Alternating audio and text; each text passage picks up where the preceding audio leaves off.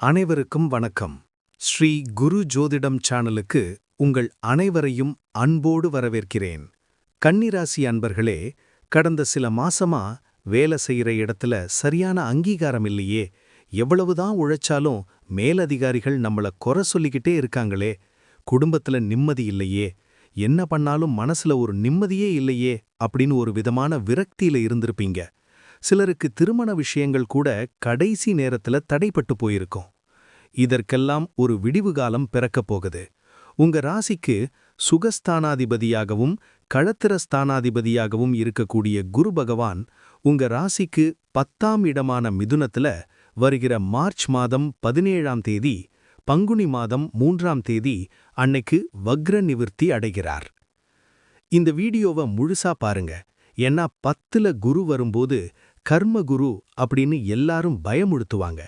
ஆனா அவர் வக்ரம் முடிஞ்சு மேல்கதியில வர்றது உங்களுக்கு எப்படியெல்லாம் கை கொடுக்க போகுதுன்னு நட்சத்திர வாரியா அக்கு வேறு ஆணி வேற அலச போறோம். வீடியோவோட கடைசியில கன்னிராசிக்காரங்க செய்ய வேண்டிய மிக முக்கியமான ஒரு பரிகாரமும் சொல்லியிருக்கேன். அதனால எதையும் ஸ்கிப் பண்ணாதீங்க. நம்ம சேனலை இதுவரைக்கும் சப்ஸ்கிரைப் பண்ணாம பாக்குறீங்கன்னா சப்ஸ்கிரைப் பண்ணி பெல் ஐகானை கிளிக் பண்ணிக்கோங்க. 10ல் இருக்கிற குரு பகவான் கன்னிராசிக்கு ஏன் இது ஒரு மைல்கல்? கன்னிராசிக்கு குரு பகவான் 2 முக்கியமான இடங்களுக்கு அதிபதி. ஒன்னு உங்களுடைய வீடு, வாகனம், தாய் ஆரோக்கியத்தை குறிக்கிற 4ஆம் இடம். இன்னொன்னு உங்க வாழ்க்கை துணை மற்றும் கூட்டாளிகளை குறிக்கிற 7ஆம் இடம். கடந்த நவம்பர் மாசத்துல குரு வக்ரமா இருந்தாரு. இதனால கன்னிராசிக்காரர்களுக்கு வேலை மாற்றத்துல இழுபறி, புது வீடு கட்டுறதுல தடை, கணவன் மனைவிக்குள்ள தேவையற்ற வாக்குவாதங்கள்னு நிறைய பிரச்சனைகள் இருந்திருக்கும். இப்போ குரு பகவான் நேர்கதியில நகர ஆரம்பிக்கிறதுனால உங்க வாழ்க்கையில தேங்கி நின்ன காரியங்கள் எல்லாம் இப்போ சுறுசுறுப்பா நடக்க ஆரம்பிக்கும்.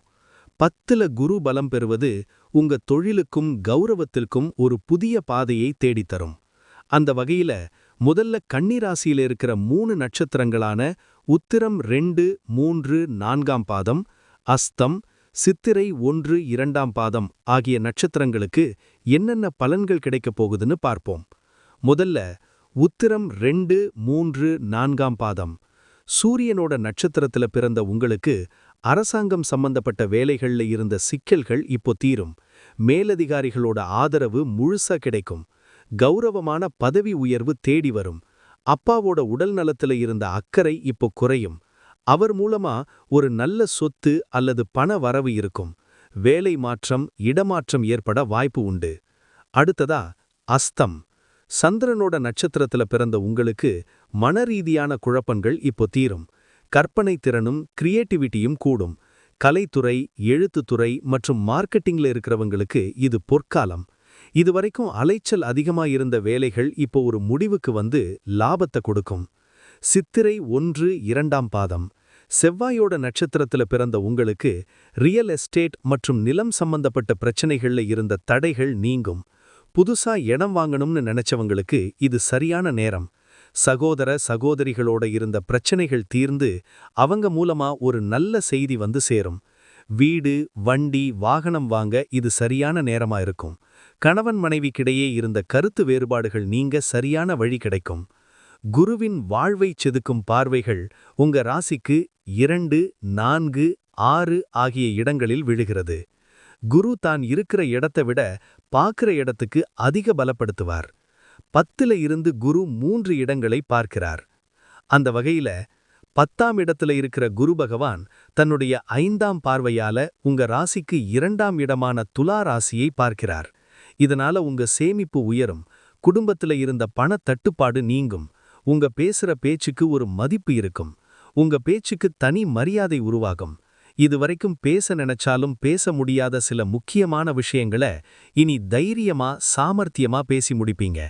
பொருளாதாரத்தை மேம்படுத்திக்க நல்ல ஐடியா கிடைக்கும். 10ஆம் இடத்துல இருக்கிற குரு பகவான் தன்னுடைய 7ஆம் பார்வையால உங்க ராசிக்கு 4ஆம் இடமான தனுசு ராசிய பார்க்கிறார்.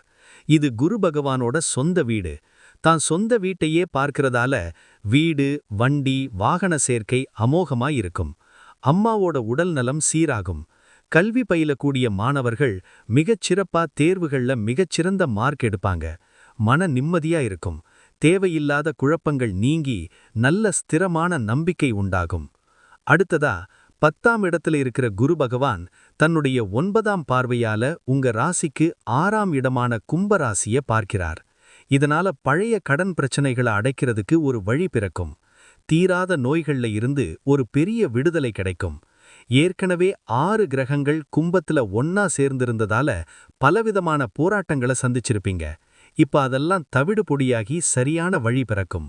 பணம் ஏதாவது ஒரு வகையில வந்துகிட்டே இருக்கும். மருத்துவ செலவுகள் கட்டுக்குள்ள வரும். தொழில்ல இருந்த போட்டிகள் குறையும். புதுசா கிளைகள் ஆரம்பிக்க முதற்கட்ட வேலைகளை ஆரம்பிக்கலாம். கூட்டாளிகளோட இருந்த கருத்து வேறுபாடுகள் நீங்கி பிசினஸ் அடுத்த லெவலுக்கு போகும்.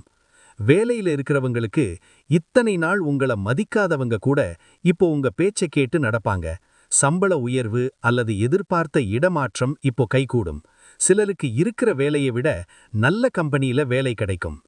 இந்த 10மிட குருவோட அருளை முழுமையாக பெற நீங்க செய்ய வேண்டியது என்னென்ன அப்படின்னு பார்க்கும்போது, ஒவ்வொரு சனிக்கிழமையும் பெருமாள் கோவிலுக்கு போய் பெருமாளுக்கு துளசி மாலை சாத்தி வழிபாடு பண்ணுங்க. அங்க இருக்கிற கருடாழ்வாருக்கு ஒரு நெய் தீபம் போட்டு வழிபாடு பண்ணிட்டு வாங்க. இதனால கர்ம குருவின் கெடுபலன்கள் நீங்கி நன்மை உண்டாகும். அதே மாதிரி வியாழக்கிழமை அன்னைக்கு வராகி அம்மனுக்கு நெய் தீபம் ஏற்றி வழிபாடு பண்ணிட்டு வாங்க. இந்த வழிபாடுகள் உங்களுடைய தன்னம்பிக்கையை அதிகரிச்சு உங்களை ஒரு வெற்றியாளரா மாற்றும். கன்னிராசி அன்பர்களே, 10ல குரு பலம் பெற்றுட்டார். இது உங்க கர்ம வினைகளை தீர்த்து நற்பலன்கள் கொடுக்க போற நேரம். இந்த வாய்ப்பை சரியா பயன்படுத்தி வாழ்க்கையில முன்னேறுங்க. முயற்சி செய்யுங்க. வெற்றி நிச்சயம் உங்க பக்கம் இருக்கும். இந்த வீடியோ உங்களுக்கு பிடிச்சிருந்தா லைக் பண்ணுங்க. உங்க கன்னிராசி நண்பர்களுக்கு பகிருங்க. மறக்காம நம்ம ஸ்ரீ குரு ஜோதிடம் சேனலை சப்ஸ்கிரைப் பண்ணுங்க. அடுத்த ஒரு சிறப்பான வீடியோவில் உங்களை சந்திக்கிறேன். நன்றி, வணக்கம்.